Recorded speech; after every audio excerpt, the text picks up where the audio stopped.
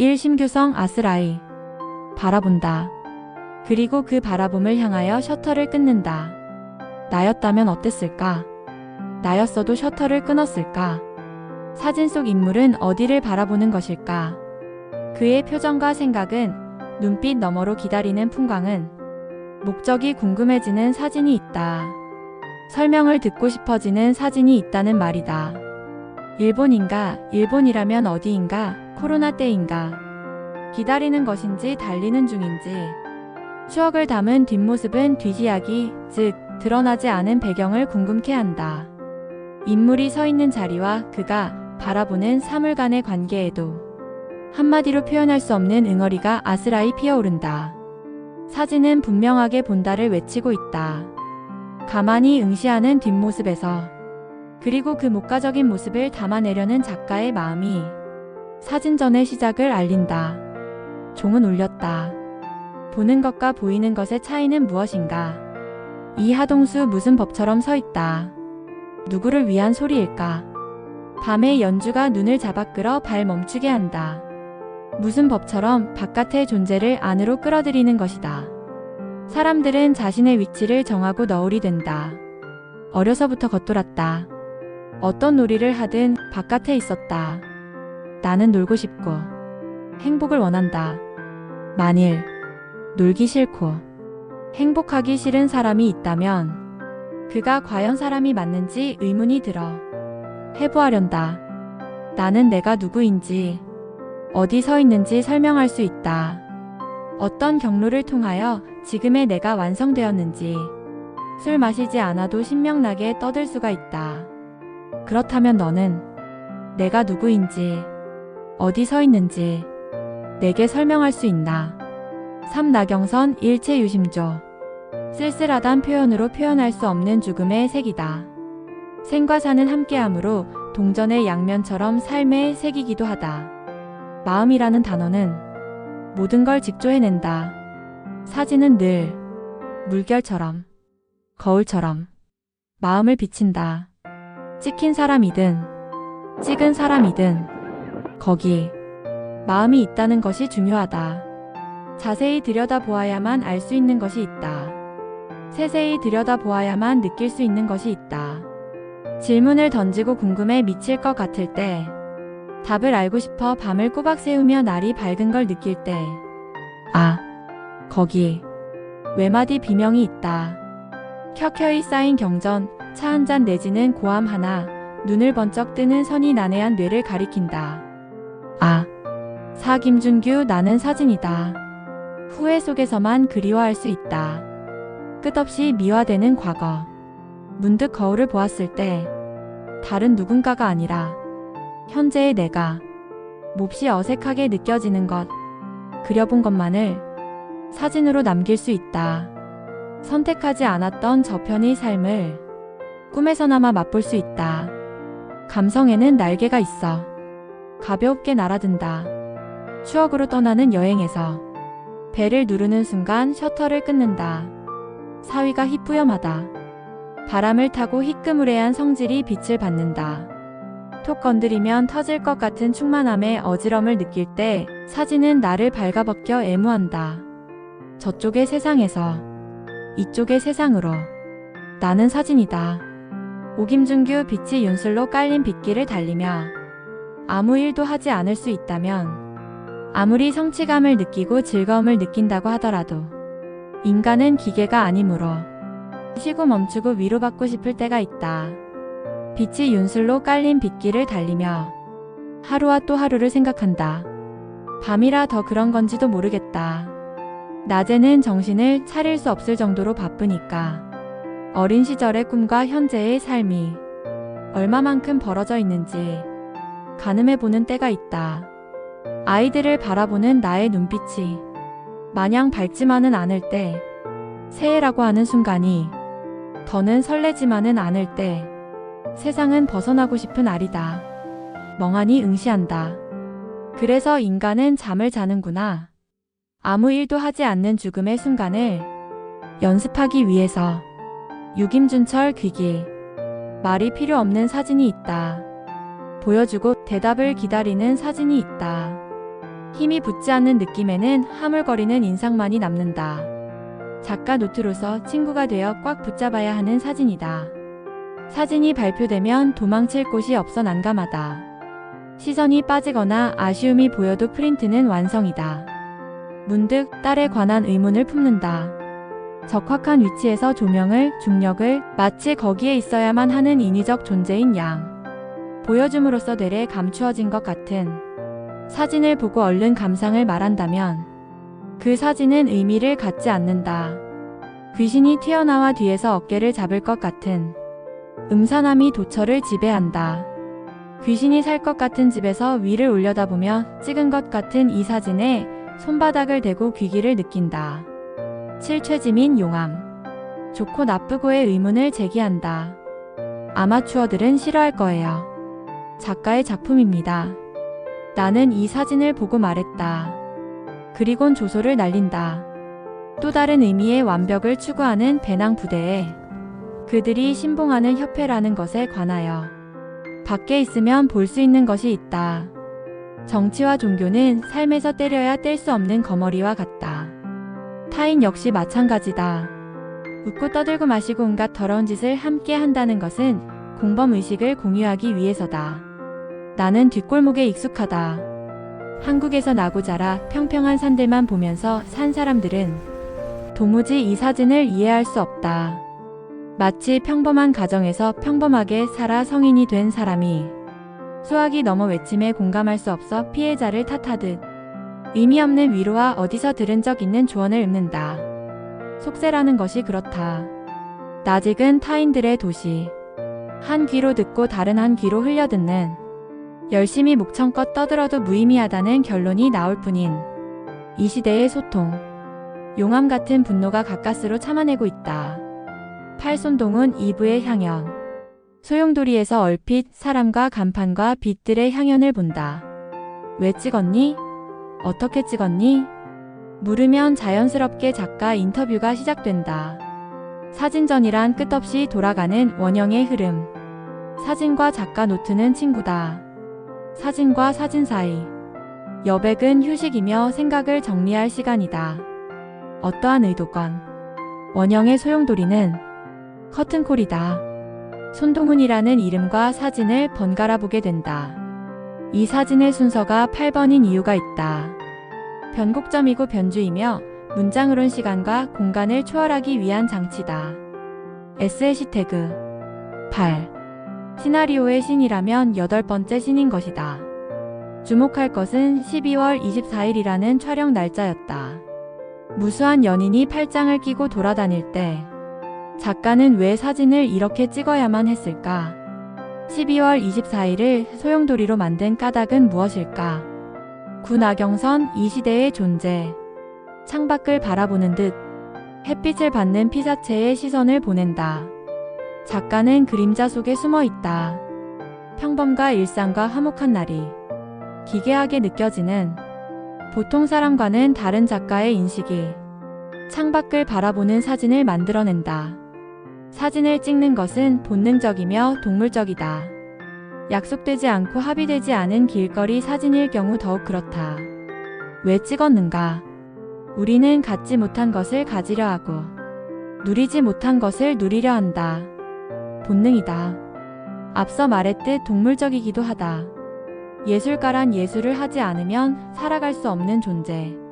주인공이란 고난과 시련을 맛보기 위하여 살아있는 존재. 한 장 툭 찍고 지나간 사진 속에서 이 시대의 존재를 느낀다. 씹손동은 인생이 풀어지는 순간, 사진이 되겠는데 싶은 순간이 있다. 선을 이용할 수 있는 장면.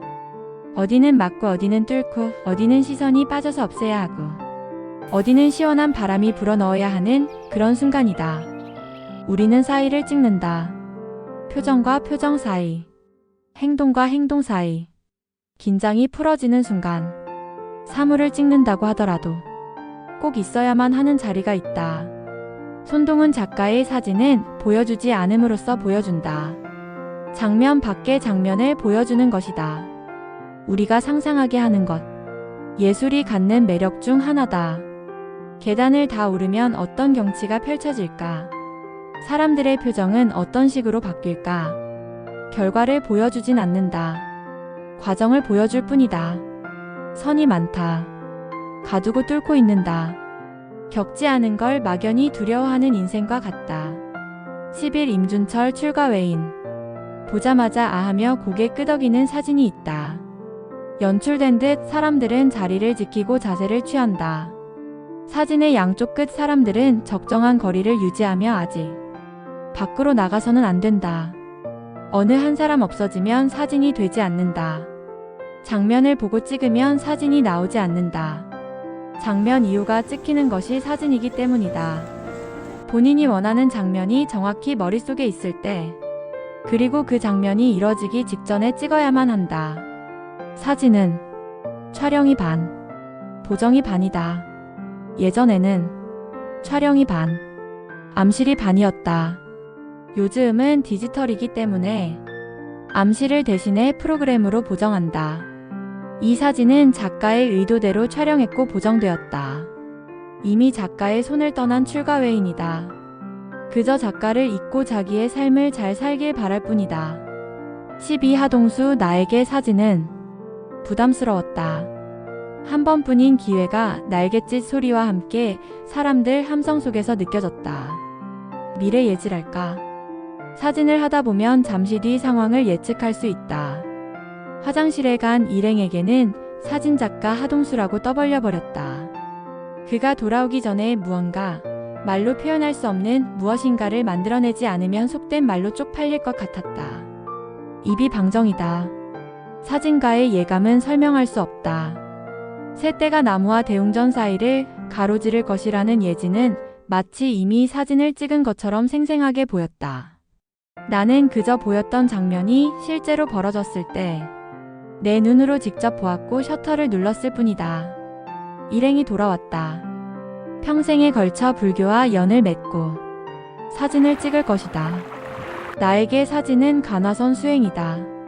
작가에게는 익숙할 인사동 길에서 건널목 하나만 건너면 조계사다. 그토록 많이 돌아다녔던 인사동 길. 왜 나는 조계사를 보지 못했을까? 설유. 본질의 형상화. 파도가 오고 곧장 앞으로 나아간다. 13 하동수공. 유명 작가의 전시를 보고 난 뒤 아무도 찾지 않는 제일 위층으로 올라가 정물을 찍었다. 마음은 공했다. 공은 비어있으되 비어있지 않은 것. 아무도 찾지 않는 정물을 찾아다니는 나는 이따금 자기소개를 해야 할 때가 난감하다. 안녕하세요. 사진집단 1호 및 설유 소속 사진작가 하동수입니다. 반갑습니다. 그래서 내가 무슨 사진을 찍는데? 사진 찍어서 뭐 할 건데? 사진학과 나오셨어요. 가끔 명함을 주면 쓰레기를 받은 듯 인상을 찌푸리는 사람을 본다. 그가 돌려준 명함을 지갑에 넣는다.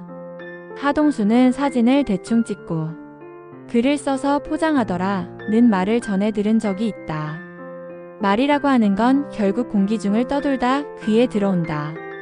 바람과 같은 것이다. 공과 같은 것이다. 14 임성주. 질문. 마음에 쏙 든다. 왜인지 설명할 수 없다. 가슴이 찌릿하다. 예전에 눈비가 온 다음날 사진이 좋다고 SNS에 글을 올렸다. 그때 선배님 중 한 분이 눈비가 오고 있을 때 사진을 찍어보라고 색다르고 좋을 거라고 말씀해 주셨다. 이 사진을 보니 선배님 말씀이 생각나면서 절로 고개가 끄덕여진다. 화창하고 좋은 날씨를 찾아 헤매는 사람들. 사람이 많고 널리 알려진 출사지의 사진들. 눈부시게 채도가 높고 훤히 들여다 보이는 합성 사진들. 나는 그런 사진들을 보며 고개를 끄덕거리지 않는다. 글도 사진도 즐길 수 있는 사람만이 즐길 수 있다. 이는 다른 분야도 마찬가지 일이라. 나는 술, 담배를 하지 않는다. 차도 없고 골프도 치지 않는다. 오토바이도 없고 축구도 하지 않는다. 해서 말을 삼가는 편이다. 세상엔 듣기보다 말하는 사람이 더 많다. 아는 척하고 있어 보이려는 사람으로 넘친다. 여러분, 이 사진을 보시라. 알아서 좋은가? 느껴서 좋은가? 그대의 답이 궁금하다. 15 김동욱. 추억의 조각. 비 내리면 사진을 찍지 말아야 한다고 생각하곤 했다. 그런 고정관념에서 벗어나기란 쉽지 않았다. 우산을 쓴 사람들은 자기 위치를 안다. 그건 남의 위치를 의식하고 있기 때문이다. 남이 어디에 있는지, 남의 우산이 얼마나 큰지 알고 있어야 나의 위치를 정할 수가 있다. 우리네 인생과 같다. 작가가 이 사진을 왜 찍었는지는 알 수 없지만 시간이 지날수록 빛을 발할 추억의 조각이라는 것을 예감할 수 있다. 프레임 속 모두가 친구라는 사실을 기획자인 나는 알고 있기 때문이다. 시간이 흘러 누가 누군지 모르는 지경에 이른다고 하더라도 사진 한 장만으로 시간 가는 줄 모르고 수다를 떨 것이다. 찍으면 바로 기록이 되는 것이 사진이다. 시간이 흐를수록 추억을 잡아놓는 힘에 압도되어 위대함을 느끼게 되는 것이 사진이라는 요물이다. 누구나 걷는다. 눈이나 비는 인간과 세상을 특별하게 만든다. 주인공이 된 듯 들뜨게 한다. 스포트라이트가 비춘 듯 무대 위에 올라 연기를 펼쳐야 하는 듯 우산이라는 작은 무대에서 소소한 행복과 비밀을 맛본다. 빗소리에 다른 소리가 묻혀 더욱 나의 소리에 집중할 수가 있을 때 자연스러운 명상이자 침잠이 시작된다. 우리가 가야 하는 곳에 늘 눈과 비가 함께하길 바란다. 너무 위험하지는 않게 적당히 우리를 밝혀줄 16 임준철 나 같아서 에스컬레이터를 내려오는 것 같다. 프레임 속 피사체는 중절모를 쓰고 있다. 어디를 다녀오고 난 뒤 집으로 돌아가는 길일 것이다. 단순히 말로 설명할 수 있는 사진이라면 찍지 않는 것이 낫다. 이 사진은 10월 오후 4시에 찍혔다. 그렇다고 하기에는 지나치게 어둡고 잔상을 보았을 때 작가의 의도대로 실루엣만 건져낼 생각이었을 것이다. 주제가 명확한 압축 사진의 묘미는 프레임 밖을 상상하는 데 있다. 말하자면 설명하지 않으므로 궁금증을 일으키고 보여주지 않아서 보여주는 것이다. 힐끗 한번 보고 스쳐갈 수도 있다. 중절모를 쓴 남자의 서사를 감상자에게 맡기면 공감하는 사람이 있고 공감하지 못하는 사람이 있다. 내려가는 것이 분명한 사진에서 자신을 바라볼 수 있다면 감동할 것이다. 임준철 작가의 이 사진은 8번처럼 변곡점이다. 교감 없는 피사체와의 교감시작. 자기와의 대화도 아니고 지인과의 소통도 아니다. 멀리 있는 피사체와 작가는 서로를 모른다. 그런데도 셔터는 끊어졌다. 딱 저때 사진을 찍어야 할 결정적 이유. 마치 나 같아서 17 김동욱 추억을 기다리는 도시의 파편. 매력적인 사진이다. 작가의 사진을 보며 고인이 되신 작가님들의 성함을 떠올렸다. 추억을 기다리는 도시의 파편이다. 시간이 지날수록 자연스럽게 빛을 발할 순간이다. 가까이 갔으면 어땠을까 하는 아쉬움이 있다. 실제 거리를 이야기하는 것이 아니다. 작가와 피사체와의 심적 거리를 말하는 것이다. 아는 것이 아니라 느끼는 것. 머리로 이해한 뒤 자세를 잡고 찍는 것이 아니라 손가락 끝으로 생각해서 본능적으로 누르는 것. 그 다음은 무수한 질문과 답. 왜 찍니? 어떻게 찍니? 찍어서 뭐 할 거니? 가능성 없으면 칭찬하고, 가능성 있으면 질책한다. 기술적으로는 그만됐다. 설류의 일기 김동욱 작가, 헐헐 날아갈 차례다. 18하동수 한 걸음 천천히. 자연스님, 사진에 관해 거부감을 느끼고 계십니까? 아니요, 저는 사진과 문학 등 예술 전반에 상당한 관심이 있는 사람이에요. 법문이 끝나고 사인회가 시작됐을 때 스님은 고함쳤다. 아까 그 젊은 사진작가 어딨어? 사진 찍어야지. 나는 정신이 번쩍 들어 네 하고 대답한 뒤 무대를 껑충 뛰어올랐다. 그리곤 사부님께 배운 지식과 책 속의 문장들을 떠올렸다. 본능적으로 동물적으로 의식하지 않고 손가락 끝으로 생각하기. 내 손가락을 움직이는 것은 무엇인가? 아무것도 원하지 않았다. 내가 다 비워지기를 바랐다. 사진을 찍는다는 의식조차도 의식하지 않았다.